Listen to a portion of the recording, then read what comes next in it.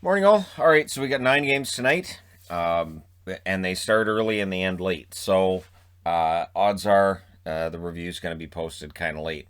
It's one of those things where I've been thinking about like with the weekends how I split up all the reviews. Maybe there'd be a way for me to do it during the week with certain games, but it just doesn't work. So 7 o'clock Eastern, 4 o'clock Pacific. We have 6 games starting at that time, so it's going to be really busy right out of the gate. Starting with the Buffalo Sabres and the New Jersey Devils. Buffalo now 8-23-6. So for Buffalo, it's going to be interesting to see how things go from here, what kind of changes they make, and them against New Jersey, it just works. New Jersey, they're going to be making some changes too. They're 13-17-6. Both teams have won 3 times in the matchups between each other. So they have 2 more games left against one another before the season's out. For Buffalo, Olofsson, 10 goals, 12 assists. I think he's had a decent season. I do. There aren't very many Sabres that I would put in that category, but I would with Olofsson. Ristolainen, 3 goals, 7 assists on the blue line for him. Ristolainen, 3 goals, 7 assists for him. It's been an up and down season. There's always rumors surrounding Ristolainen and whether or not he might be on his way out of town. I have no way of knowing one way or the other, but we'll see, right? On the New Jersey side, Jesper Bratt, 4 goals, 15 assists for him, 19 points, not too shabby. And he's an underutilized player. I think most New Jersey fans will agree on that. Severson, 2 goals, 10 assists. He's had I think, again, there's some players who've had good seasons for New Jersey. It just nothing's going their way. And what shows that is over their last 10, Buffalo's 2-6-2, 2-0-2 in their last 4.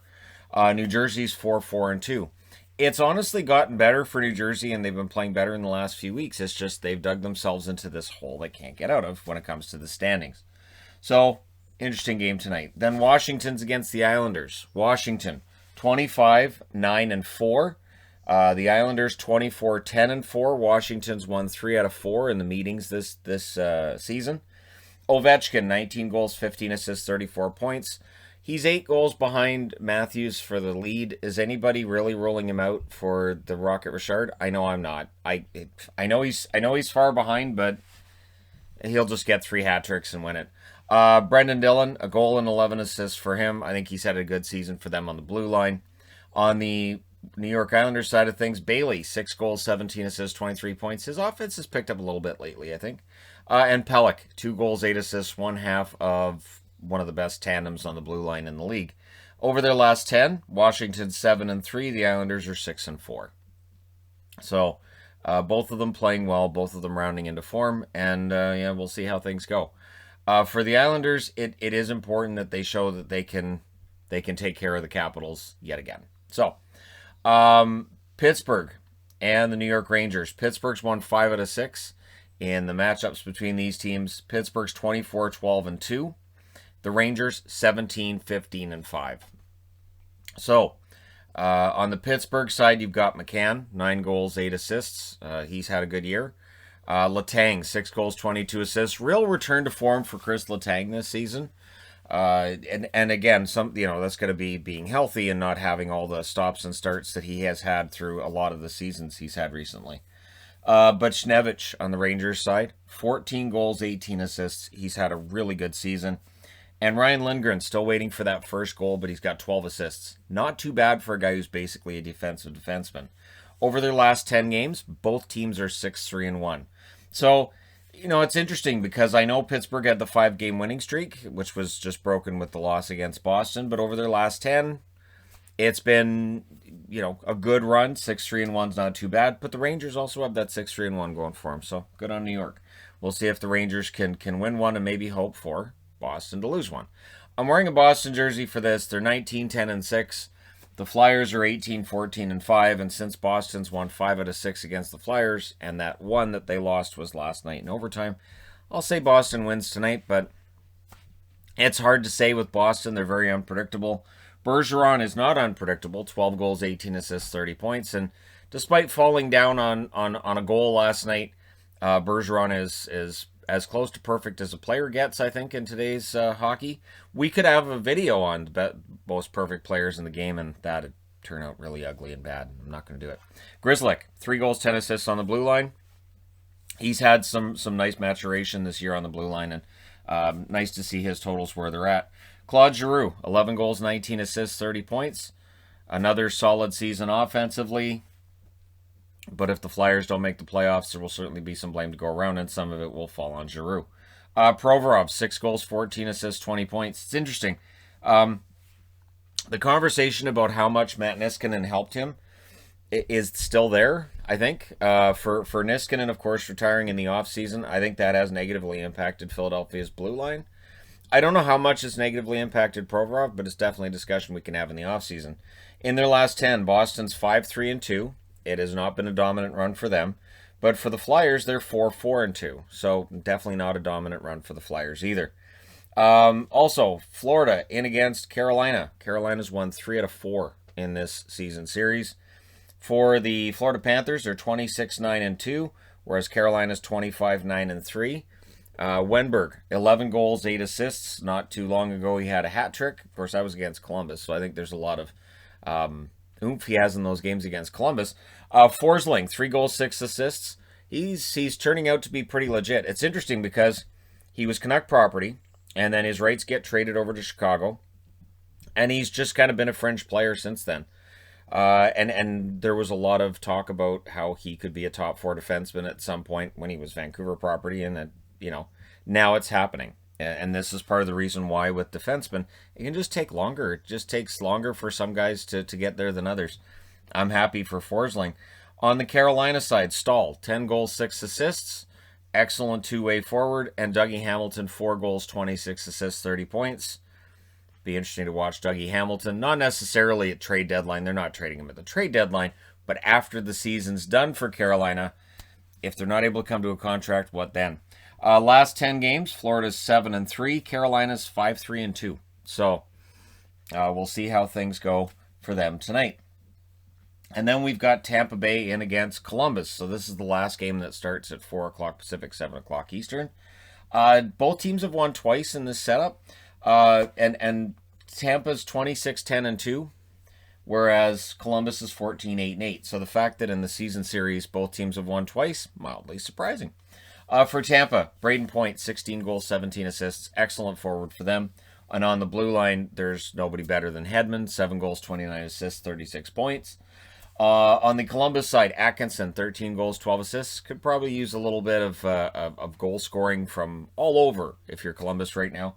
And Seth Jones, who got off to a slow start, playing well now, 4 goals, 16 assists. But there's issues there with Columbus, which shows up when you look at their last 10. Tampa Bay's 6-4 in their last 10, which, if you're a Tampa Bay fan, you'd look at and say, that doesn't seem like it's very Tampa Bay-like. Right. Whereas Columbus is 3-6-1 over their last 10. And over their last 10, they know how desperate it is for them to make the playoffs. This is a team that's just heading in the wrong direction.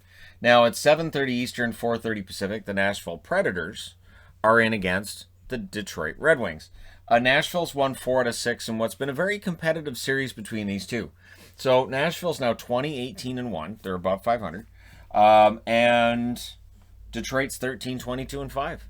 Detroit is playing well, as the last 10 games would show you, but we'll get to that. Luke Cunnin, 3 goals, 7 assists for Nashville. He's looked very good recently. Dante Fabro on the blue line, 2 goals, 9 assists, 11 points. A good career builder year for him this year. Philip Zadina, 4 goals, 10 assists. I know there's a lot of people that are going to write him off as a bust already, because that's what we do these days. I don't think Zadina's a bust, but he's got to start getting some pucks in the net. He's been getting his opportunities. And Christian Djoos, 2 goals, 7 assists. Not just the best name in hockey. It's up there anyways. There are others, but he's close. He's had a very good year for Detroit, and it's surprising that seemingly he has low market value and he bounces around a lot. I think Djoos is a good defenseman. Over their last 10, Nashville's 8-2. Detroit's 4-5-1, which is below 500. They've only won 4 of their last 10. But on the other side, you compare this with last year for Detroit, they're playing pretty well. And their roster, it's not like they've got all these new stars on their roster. It's a very similar roster to last year's. The work ethic's fantastic. And then at 8 Eastern, 5 Pacific, we've got Dallas in against Chicago. Both teams sitting at 500. Dallas 13-13-10. Chicago 17-17-5, and Chicago's won 3 out of 4 in their season series against Dallas. So there's 4 more to go. On the Dallas side, Rope Hintz, 11 goals, 13 assists. He's electrifying when he's in the lineup. He has missed a number of games recently. Klingberg, 6 goals, 19 assists on the blue line, 25 points. He's dynamite. Maybe doesn't get as much attention as he would in another location, but Klingberg's been great. On the Chicago side, Kubalik, 12 goals, 15 assists, 27 points. He had a really slow start to the season. That's all forgotten. Calvin DeHaan, a goal and 7 assists. Solid defensive presence for the Chicago Blackhawks. And there you go. Because I don't really mention him in videos. I was like, I don't talk about DeHaan. I'll throw DeHaan on the board. Over their last 10, Dallas is 4-3-3. So they know how to rack up those overtime and shootout loss points. And Chicago's 3-7. Chicago is definitely in free fall. And when you look at how they have 6 points in their last 10 games, whereas Nashville has 16, this is why the narrative has suddenly changed. Chicago was in the driver's seat a month ago, and now it's gone. And then at 10:30 Eastern, 7:30 Pacific, we have the Anaheim Ducks in against the San Jose Sharks. So what's changed here is that San Jose is suddenly in the hunt, right? So this is 2.5 hours after this. This is where it gets interesting. I'm probably just going to do a board of this game. So these 8 games would make up one board. This one will get a board all of itself, like the ones we have on the weekend, right? So the big logos and all that. But San Jose has made a conversation of whether or not they might make the playoffs. They're 17-16-4. Anaheim is 11-21-7. As I said, San Jose winning 4 out of 5 in this matchup. Troy Terry, who's been better lately, 7 goals, 6 assists for him. Jamie Drysdale, 8 games played, 1 goal, 2 assists, 3 points. He's been very solid. You wouldn't know he was a rookie by watching him play, and it bodes well for the future for the Anaheim Ducks. On the San Jose side, Rudolph Balcers has been very good lately. 5 goals, 7 assists for him, probably playing the best hockey of his career. Sometimes it's about finding the right line for a guy, the right role, and then it just clicks, right? And Brent Burns, 5 goals, 16 assists for him, 21 points. He's had a good year, and again, if San Jose ends up making a run, and if they end up, even if they don't get 4th place, if they end up making a run, and if they in Arizona fight it out, I think it bodes well for an argument that you don't have to blow things up in San Jose. Which, again, if you're a Sharks fan, you may have a difference of opinion on whether or not they should blow things up if they come up short, or even if they get 4th place, right? So over their last 10, Anaheim's 3-6-1, and San Jose's 6-3-1. Same record in their last 10 as like Pittsburgh, and there's a lot of teams who have similar records. And it is interesting. Yesterday, for instance, I think it was the Colorado feed I was watching, where they talked about the number of teams that are on this amazing pace right now. I said before the season started, I thought we would see some gaudy records because you're only playing teams in your own division, and certainly we're there. But yeah, let me know your thoughts in the comment section below. Let me know your winners for these 9 games.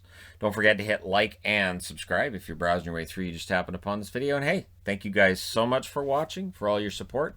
I will talk to you again soon.